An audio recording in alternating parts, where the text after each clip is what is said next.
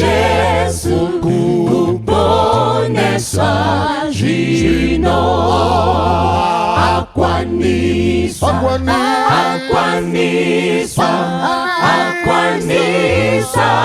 jino uyakuna Jesu akwanisa jino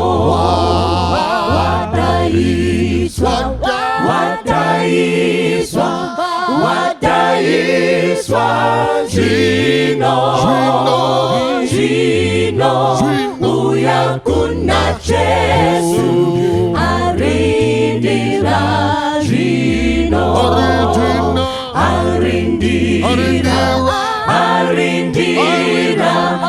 arindira jino uyakuna Jesu arindira jino musimbire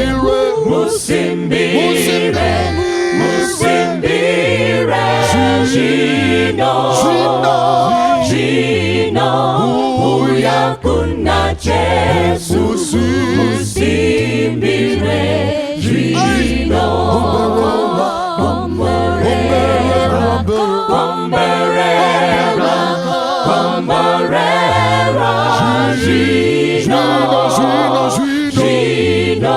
uyakuna Jesu komperera jino.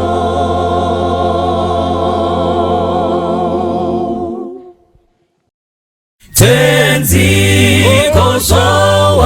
kosowarini musati mashika moyo yedu yaneta nekuvumirira yowarini yonguwa inopenya kwazo kupenya kwembirine kuonekwa kwenyu kozowarini tenzi mubude kumusha matononoka tenzi bamwe bazokera tenzi batendi benyu bazarane jivi bashoma bakamira murufaro rwenyu mutanyi bakarara chemanyi bamuke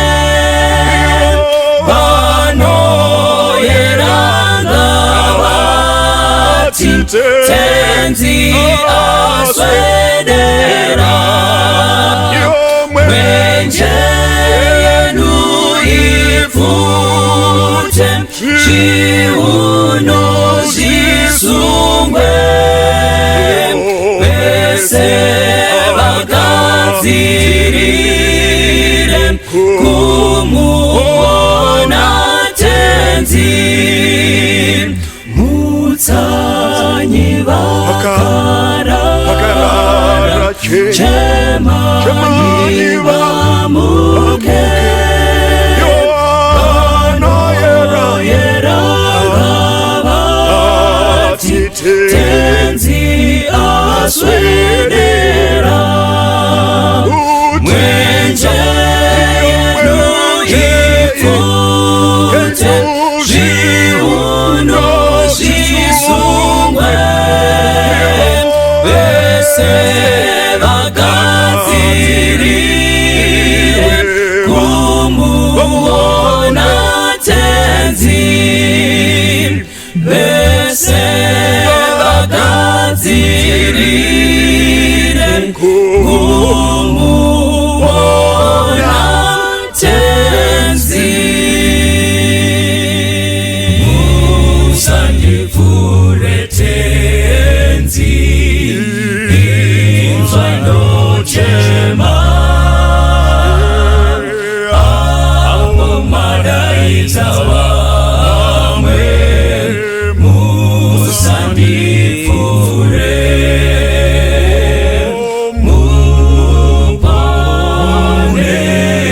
Yesu inzwa inochema apo madaidza vamwe musandipfure ndipenyiwo wenyu mutsa ndinokumbira ndiri kumupfukamira nekudawira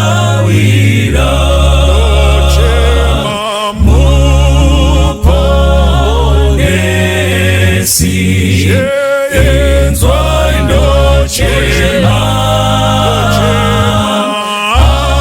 apo madaidza vamwe musandipfure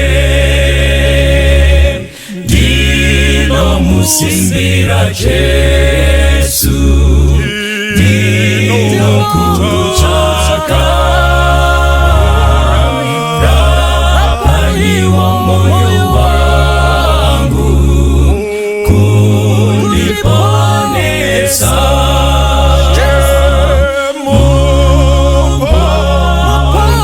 muponesi inzwa inochema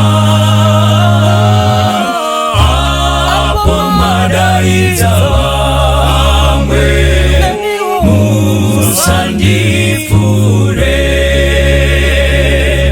muri tsime rangu tenzi zvene upenyu akuchina mubatsiri asiwi Jesu Chema muponesi inzwa inochema apo madaidza vamwe musandipfure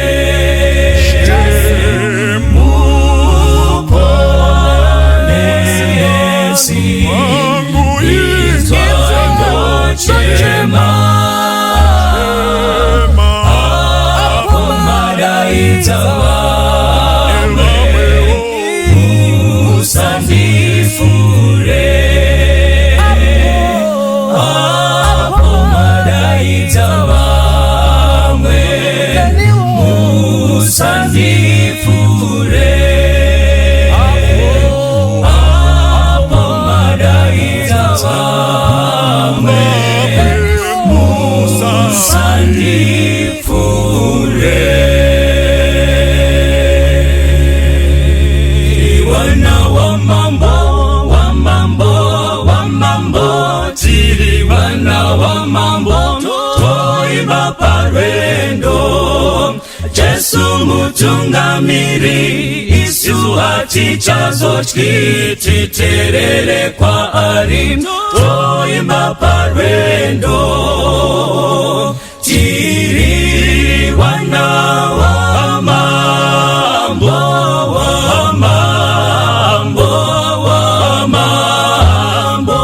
tiri wana wamambo toimba parwendo Jesu mutungamiri Yesu hatichazotyi titerere kwaari toimba parwendo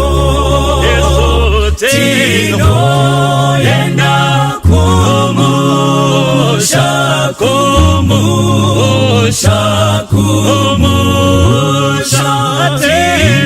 tinoenda kumusha toimba parwendo tinoenda kumusha apo kusina neema Jesu ari kupenya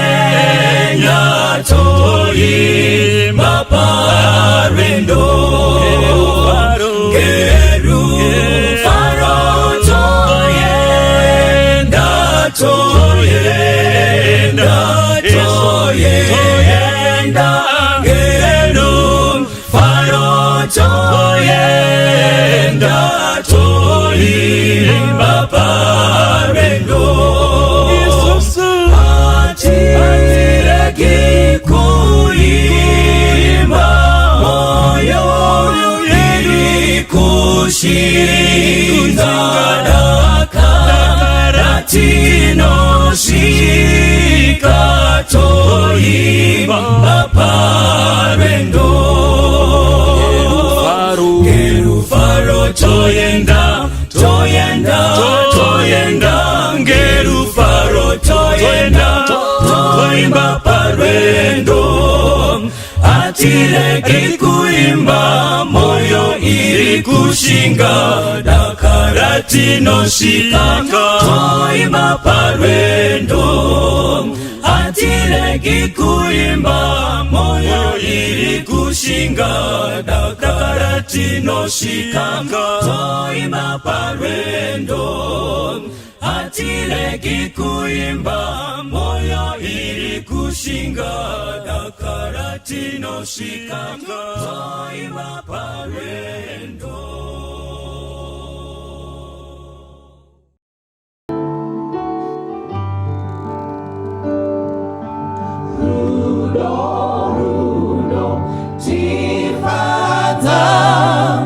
Runo natenzira Runo itam titerere Nekuane mota Mwari Runo Tirivana vake Mwari Runo Tifanane nae Runo Tifata Runo natenzira Runo itam titerere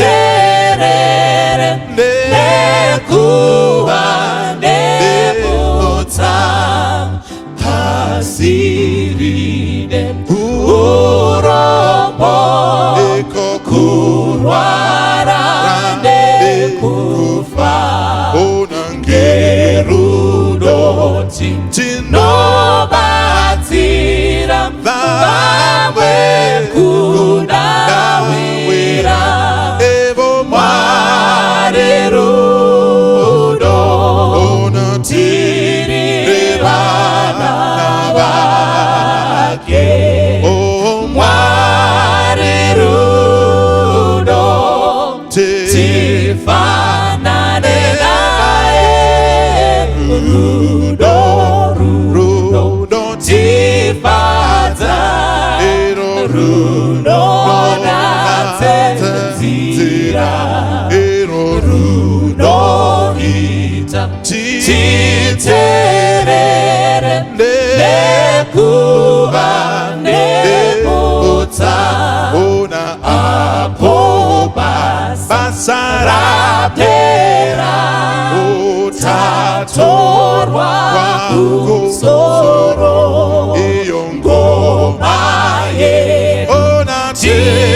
Tichaimba Dijesu Ngerudo Mwari Runo Tirivana vake Mwari Runo Tifanane nae Runo Tifata Runo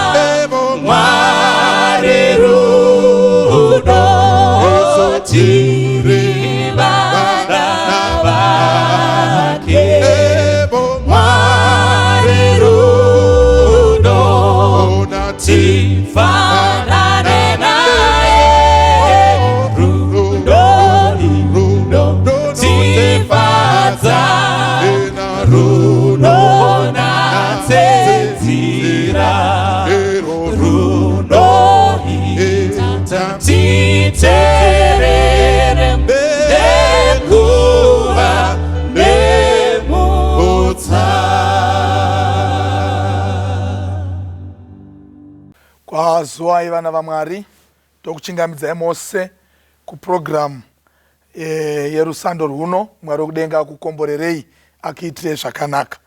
Tiri kuenderera mberi nechidzidzo chedu. Musavasarudze vana ava, musavasarudze vana ava.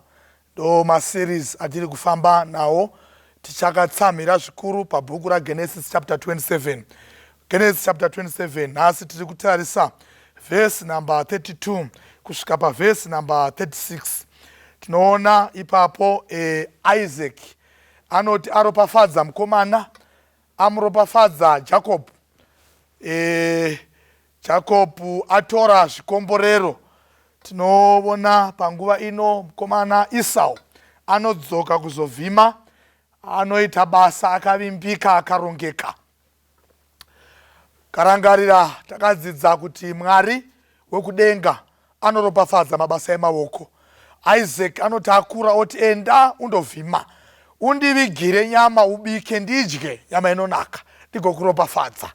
Bhaibheri haritauri kuti mukomana akadzoka kwenguva yakareba zvakadini, asi rinobudisa pachena kuti kunyange akaenda kundovhima akazodzoka. Naizvozvo mukudzoka kwake tinoona anomira pamberi pababa. Ndini dangwe renyu ndadzoka. Zvikanzi ndiwaniko? Ndini Isaac dangwe renyu. Ndini Esau dangwe renyu ramatuma kuenda. Ndadzoka kuti ndiite sezvamataura. Baba vanotiwo aizvi ko ambouya pano ndikamuropafadza ndiani? Pfungwa inobuda pachena yekuti Jacob akanga anyengedza. Baba vakasotaura vega nemuromo wavo paverse number 35 ne36 kuti Jacob sezita rake rinoreva kunyengera. Naizvozvo anyengera. Esau ndiye akataura daro, akambondinyengera akatora dangwe hwangu. Nhasi uno atora zvakare maropafadzo angu, andinyengera katu. Naizvozvo Esau anochema kuna baba. Zvikanzi nababa, kana ndaropafadza ndaropafadza. Vana baba mukati medzimba, da kuti muzive chinhu ichi. Mwari wokudenga akaisa zodzo pamusoro penyu kuti muve nesimba rekuropafadza vana venyu. Vana havaropafadzwi napastor, vana havaropafadzwi namen of God, vana havaropafadzwi nemunamato wecongregation yechechi. Zvinotsvaka baba vanotya Mwari, vanonamata siku nesikati pamberi paMwari, vachichema nekuzvireurura, nekuzvidemba, nekuzvidzura, nekuteura mwoyo wavo. Vanoti vakatarisa vana vavo, vanoti ndisati ndafa ndoda kukuropafadza. Teresai vana vaMwari, ndoda kupa chitsvambe kuvabereki vose vari pasi pezuva, ungava America, Australia, ungava kuAsia, ungava muno muAfrica, ungava muZimbabwe. Iruramiro ya baba mumwe nemumwe kuti aropafadze mwana wake.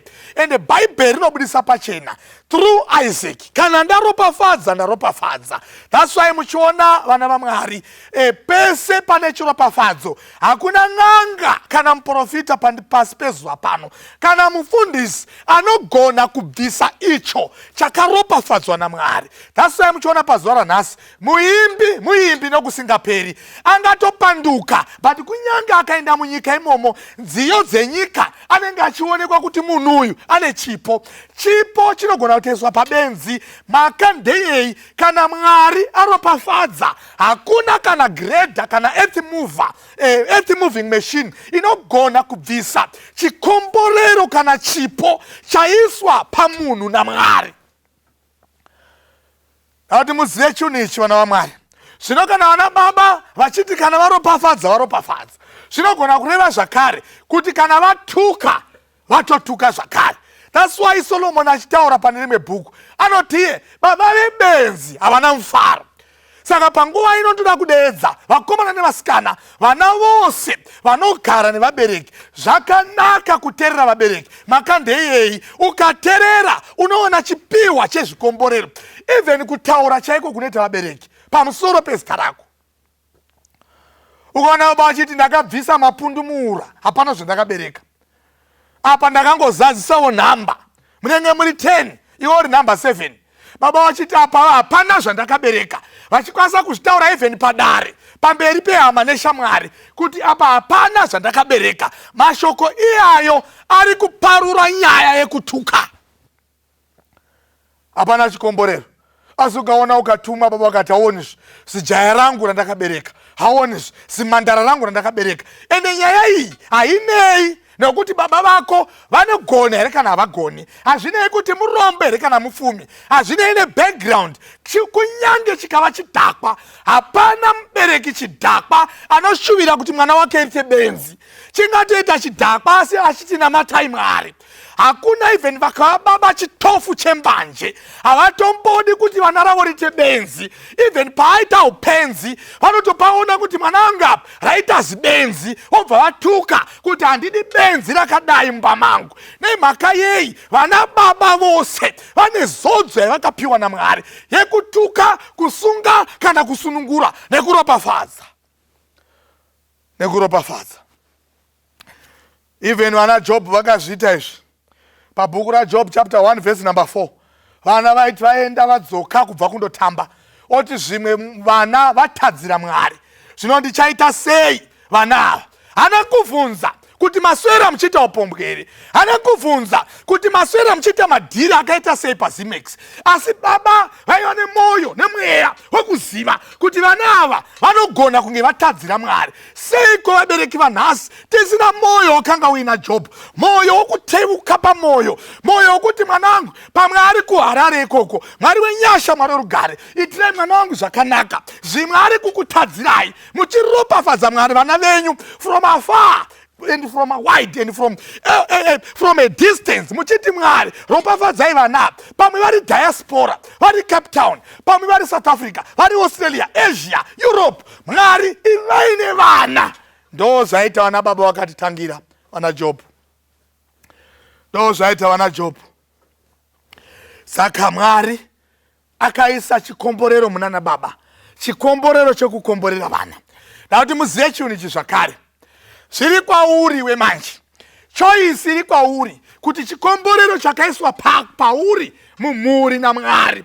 Umwe akapuwa chikomborero chekupa, instead yekubatsira hama anobatsira mazvifeve nemasmall house nekubatsira even mastreet kids. Kuita mbiri yekuita chipo chekuzikanwa nemastreet kids kuti dhedhi vauya asi vana usina kubhadhara fizi kumba.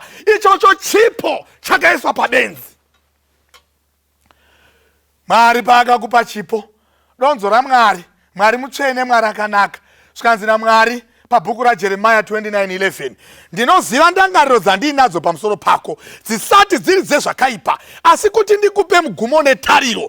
Mwari anotarisira kuti chipo chega chega chaakaisa pamunhu chishandiswe zvakanaka, nokuti chipo ichocho chinoreva zvikomborero. Patine mhaka yekuti chipo chiya hachibvisike nekuti it's a blessing, vamwe vari kuenda vachindoimba zvinyadzi nechipo chekuimba chavakapiwa. Chipo chekuimba chavakapiwa. Kana Mwari akomborera, pada kuti muzive zvakare kuti kunyange wakomborerwa hazvirevi kuti you are exempted pachitema, hazvirevi kuti you are exempted pakati pevatadzi. Kunyange chikomborero chiripo, you remain a sinner.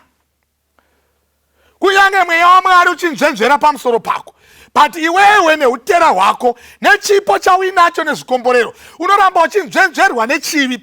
Ende chikomborero hachikuiti kuti uve immune kuchitema nechitadzi. Komana atiza nezvikomborero asvika kwasekuru, takaitaura, anosvika paya oshanda 7 years achishandira Rachel. Obva anzi aiwa katiti iyoyo kuno shandai dzimwe 7 nekuti yamakashandira maishandira mukuru.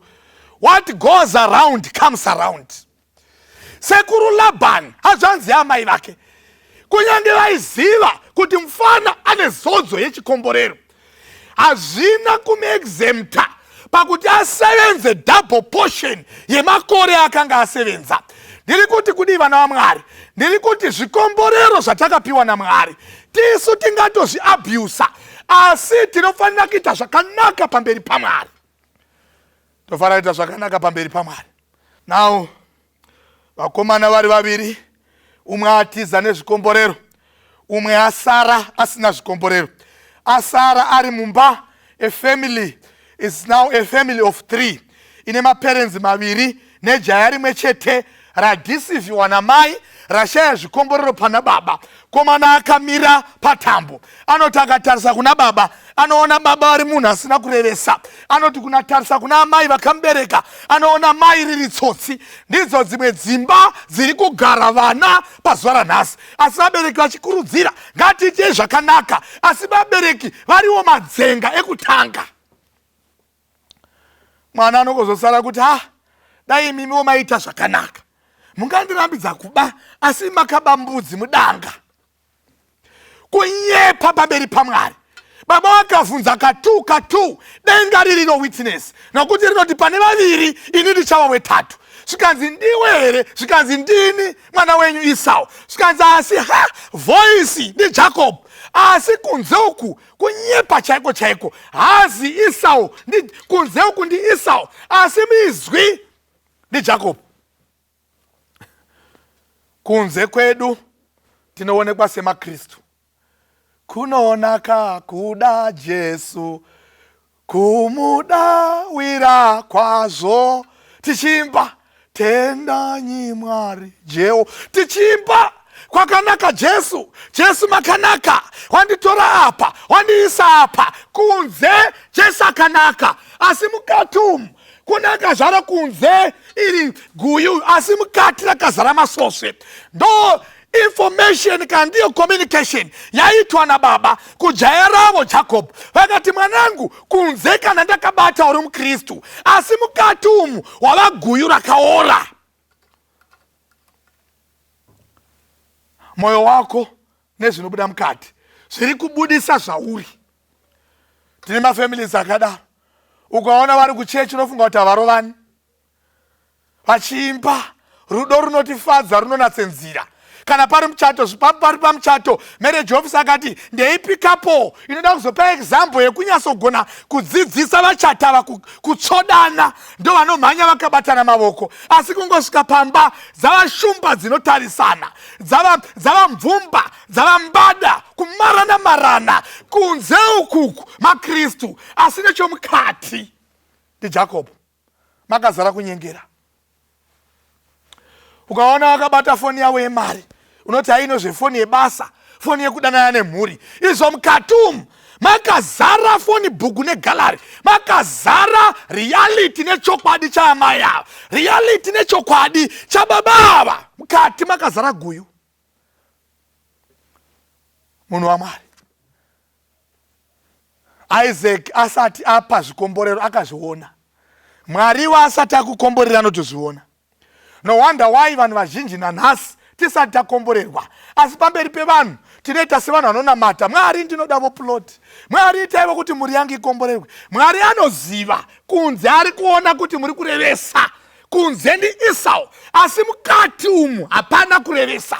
Mabva pachechi, family yose munoita dungwe musina bhutsu, makananga kung'anga, muchibvisa bhutsu kung'anga. Vanoona kunze vanoti Hiridha church nemudzimai wavo nevana vaHiridha, asi mukati umu kuzanganisa chivanhu nechiKristu. Vanoona vanogona kutoblema Mwari. Tenzi kozuva rini ko musati makomborera Eudhaya? Tenzi kozuva rini ko maidhoka vasati vakomborerwa? Tenzi kozuva rini Afrika isati yakomborerwa? Kozuva rini Europe isati yakomborerwa? Hapana kukomborerwa. Mwari hafurirwe, anotoziva. Zvikanzi kunze ndi Esau, asi mukati umu Jacob. Zvikanzi haiwa dheti, zvikanzi haiwa kunze Esau, mukati Jacob. Penya hunyepe munhu waMwari. Mwari mukandikomborera ndichadai mota. Mwari anoziva kuti mota iyi uri kuda kuzoonererwa iwe. Mukati Jacob, kunze Esau. Mwari vhesi yobva yatiyo, moyo womunhu wakasoipa kwazvo, wakaora. Ndiani angauziva? Ndiani angauziva? Kushinga kinda neplate in the name of Jesus pamberi pababa, pamberi pemweya mutsvene, pamberi paJesu neHoly Spirit, kuti ndauya ini dangwe renyu, kutoti dangwe renyu kuri kunyepa. Tangirai pa maKristu mazhinji, ndauya nechegumi chenyu, chegumi chacho munhu ari kutonyeba hachina kukwana. Ndauya nemhuri yamakandipa, mhuri yacho haina kukwana. Kune imwe iri kuMosa, kune imwe iri kuBhodha Nyamapanda, kugweya imwe iri kuBite Bridge. Asi ndauya ini, ndini dangwe renyu, ndini Hilda Church, ndini mufundisi, ndini mai mufundisi, ndini mai Hilda. Asi hapana kunze ukuku, kunze ndi mai Hilda namai mufundisi, asi nechomukati imharazi, sura muromo yemakuwa, kufurira nekuputsa dzimba dzevanhu. Asi munhu ari mai mufundisi, ari mai Hilda, ari mai mudhikoni, asi achitozikanwa nemustriti kuti ava ndivo vanhu vechechi, asi ndiye anopedza varume vevanhu. Kunze ane pendi yechechi, asi mukati umu ndakubata. Aiwa, ndini mwana wenyu, aiwa zvedhedhi, ndini kanzi izwi iriri ndarizive, ndariziva. Musasarudze vana kana tava mukati medzimba. Esau akasara achigara nevabereki vake, patari kutoziva kuti vaberekiwo pachavo hapana kuwirirana. Challenge kumafamilies akanditeerera panguva ino nevakanditarisa, kuti vana vazvibate kuti hamuwirirani, kuti vana vazvione kuti munogara muchirovana, kuti vana vazvibate kuti baba is not faithful kuna mama, mama havasi faithful kuna daddy. Muri kubreeda mbada mukati medzimba zichamarana pazuva ramangwana. Munotarisira kuti vana ivavo mafamilies ava achazova sei. Danger. Kuroora mbada kunze ndasoroora musikana akanaka chaizvo, asi mukati umu ine nzwara imbada haibatike. Tikuwaona vamwe havachagariki navo, asi pavaikwidza makomo vachinamata, Mwari ndipeiwo murume, Mwari ikono murume yogara mukona. Solomoni akati zviri nane kugara pamusoro perufu yemba pakugara nemukadzi anokakavara. Chibikai, bikai mega. Hembe dzainiwa here, muda vainigwa nani, hamuna maoko. Obvaona kuti ya pakaipa, apa vhesi yekugarira, I hate divorce. Ondoudza mabhuru oti aiwa wakasarudza wega mukadzi wako, Mwari wenyasha, Mwari werugare. Kunze ndakaona ari musikana akarongeka, ndisingazivi kuti mukati izwi ndiJacob. Ukaona jaya richipretenda kubata ndiro dzezvipo muchechi, unoti herino gentleman. Mazoti gare pamberi apo robhemera mbanje mugumbezimo. Uchazviudza vehama wakachata wega, vehama ndibatsirei wakachuza wega. Kunze igentleman rechechi, kunze ni Hilda material, kunze mufundisi, asi nechemukati takuvara. Une dzimba dziri kukuvarira mukati. Ukateerera suicide, maresi esuicide muZimbabwe, over 60% ndivana baba. Makandihei stress yavari kupiwa nevakadzi vavakaroora, stress yavari kupiwa nepressure yeupenyu, stress yavari kupiwa nekusaziva ramangwana kuti rakamira sei. Can you imagine stress yakaita Esau? Can you imagine stress yakaita iye nyakuba zvikomborero? Can you imagine stress yakaita Isaac? Vaina mai vamwe chete vangasangana pressure vasina stress. Vaiti vakanyora tsamba kuna Rabhani ari sei muzukuru ari right. Esau havana pressure because havamudi. Dede hana pressure because dede havadi. Saka pane potential yemakofini matatu muimba imwe chete. Baba ane stress yekuisa zvikomborero pasipo. Mukomana ane stress yekumisa zvikomborero. Uye atiza ane stress yekuti ndichadzoka rini kumusha. Mukoma tikasangana ndinopona here. Asi mai havana pressure. Gara kwasekuru yazvanzi yangu kama yemukadzi. Pressure zero. Mwari wenyasha, Mwari werugare. Dzimba ngadzigare nemufaro. Musavasarudza vanavo. Musavasarura vanavo. Nhasi ndinhasi asi mangwana kunouya. Ngatifungei takatarisa mangwana. Ngatifungei nekurarama takatarisa 20 years dzinouya kana Mwari atipa upenyu. takatarisa 50 years dzinouya imi musisipo kuti vana ava vachasara vari vana here. Mara kukomborerei, mara ngitire zvakanaka kati medzimhuri nemukati medzimba. Katarisa vana, ida mwana wako semadira unoita firstborn asingagoni chikoro, mude semadira unoita shasha yechikoro. Ane mari mude semadira ungaita uyo asina mari. Ane hasha mude semadira ungaita asina hasha. Mara kukomborerei, mara ngitire zvitafu-tafu. Musavasarudze vana. Vana vadei vose makapiwa naMwari. Chipo chinobva kuna Jehovha. Baba namai, dana naye musasarudza vana nekusingaperi. Amen.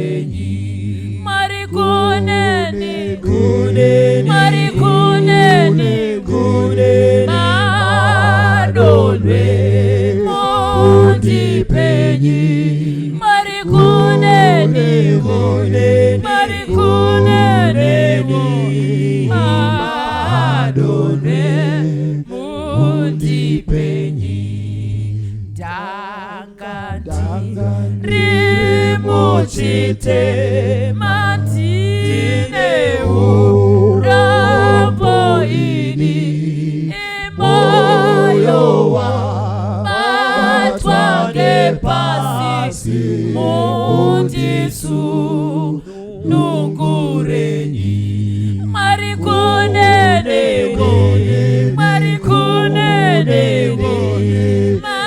madonwe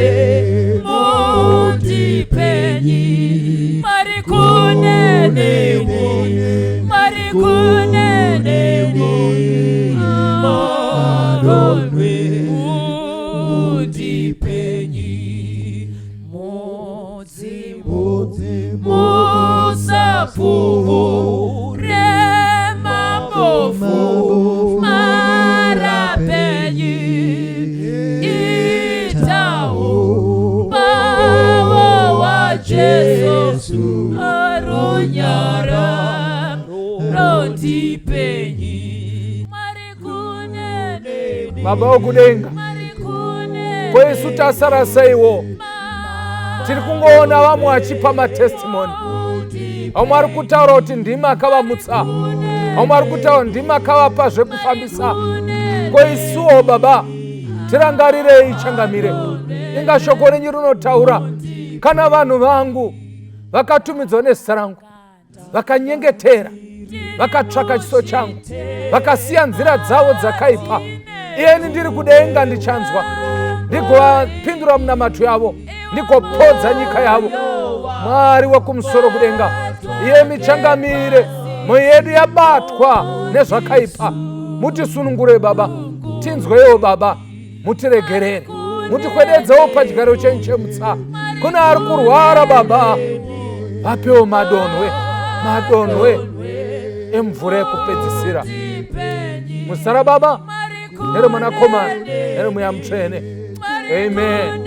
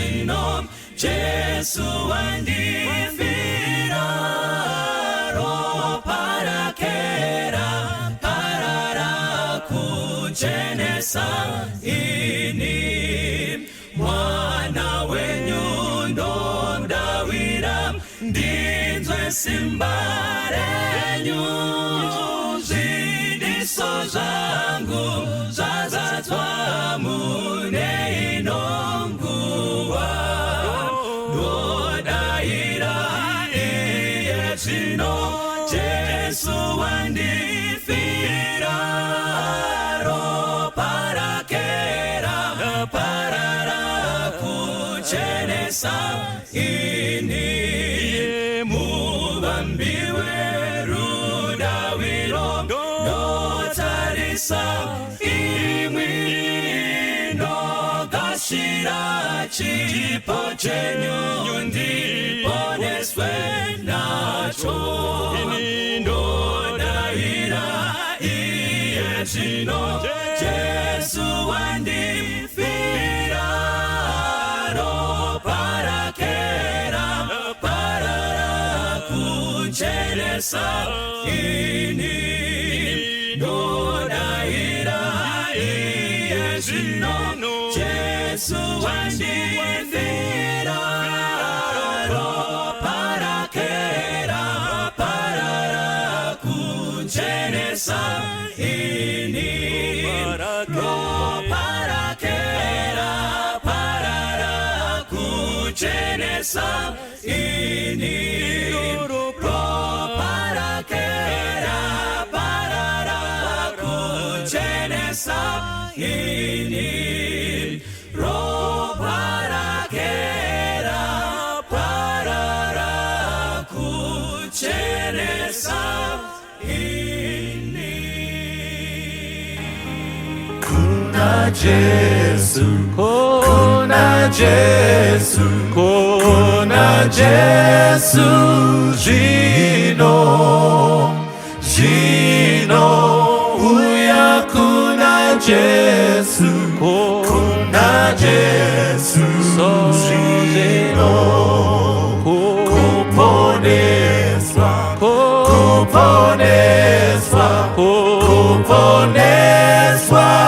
jino uya kuna Jesu kuponeswa jino akwanisa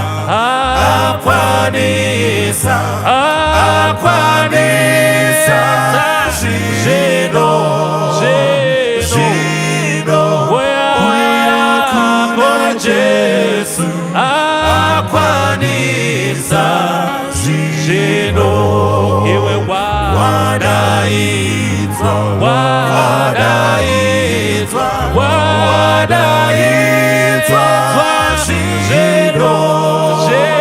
jino uya kuna Jesu arindira jino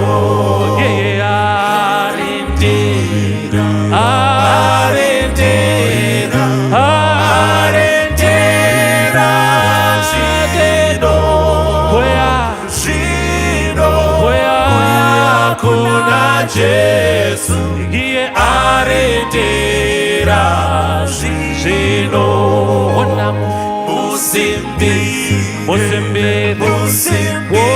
musimbire jino uya kuna Jesu musimbire jino komborera iwe komborera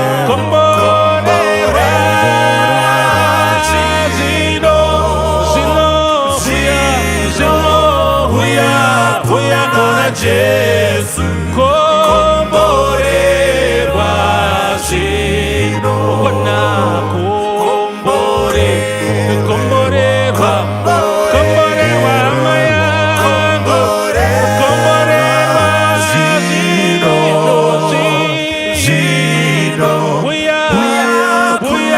Jesu komborerwa zvino ona komborerwa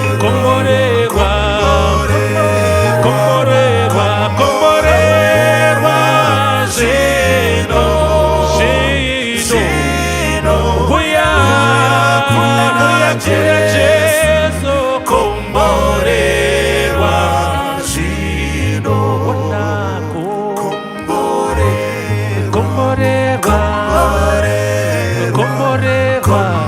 komborerwa zvino uya kora Jesu komborerwa zvino. Hakuna hama kupinda Jesu, hakuna onane umwe, hakuna umwe kurapa vese, hakuna onane umwe anozivane namo Jesu, anotungamira tese, hakuna umwe kupinda Jesu, hakuna onane umwe, hakuna umwe mukuru zeba, hakuna onane umwe asiano zvita muduku, hakuna onane umwe anozivane namo Jesu, anotungamira tese, hakuna umwe kupinda Jesu, hakuna onane umwe, hakuna nguva asipo iye, hakuna hakuchina neimwe, kana usiku ruripo, hakuna onane umwe anozivane namo Jesu, anotungamira tese, hakuna umwe kupinda Jesu, hakuna neumwe, hakuna umwe akamborambwa, hakuna neumwe kana munyangadzi hamurambi, hakuna neumwe anozivane namo Jesu, anotungamira tese, hakuna umwe kupinda Jesu, hakuna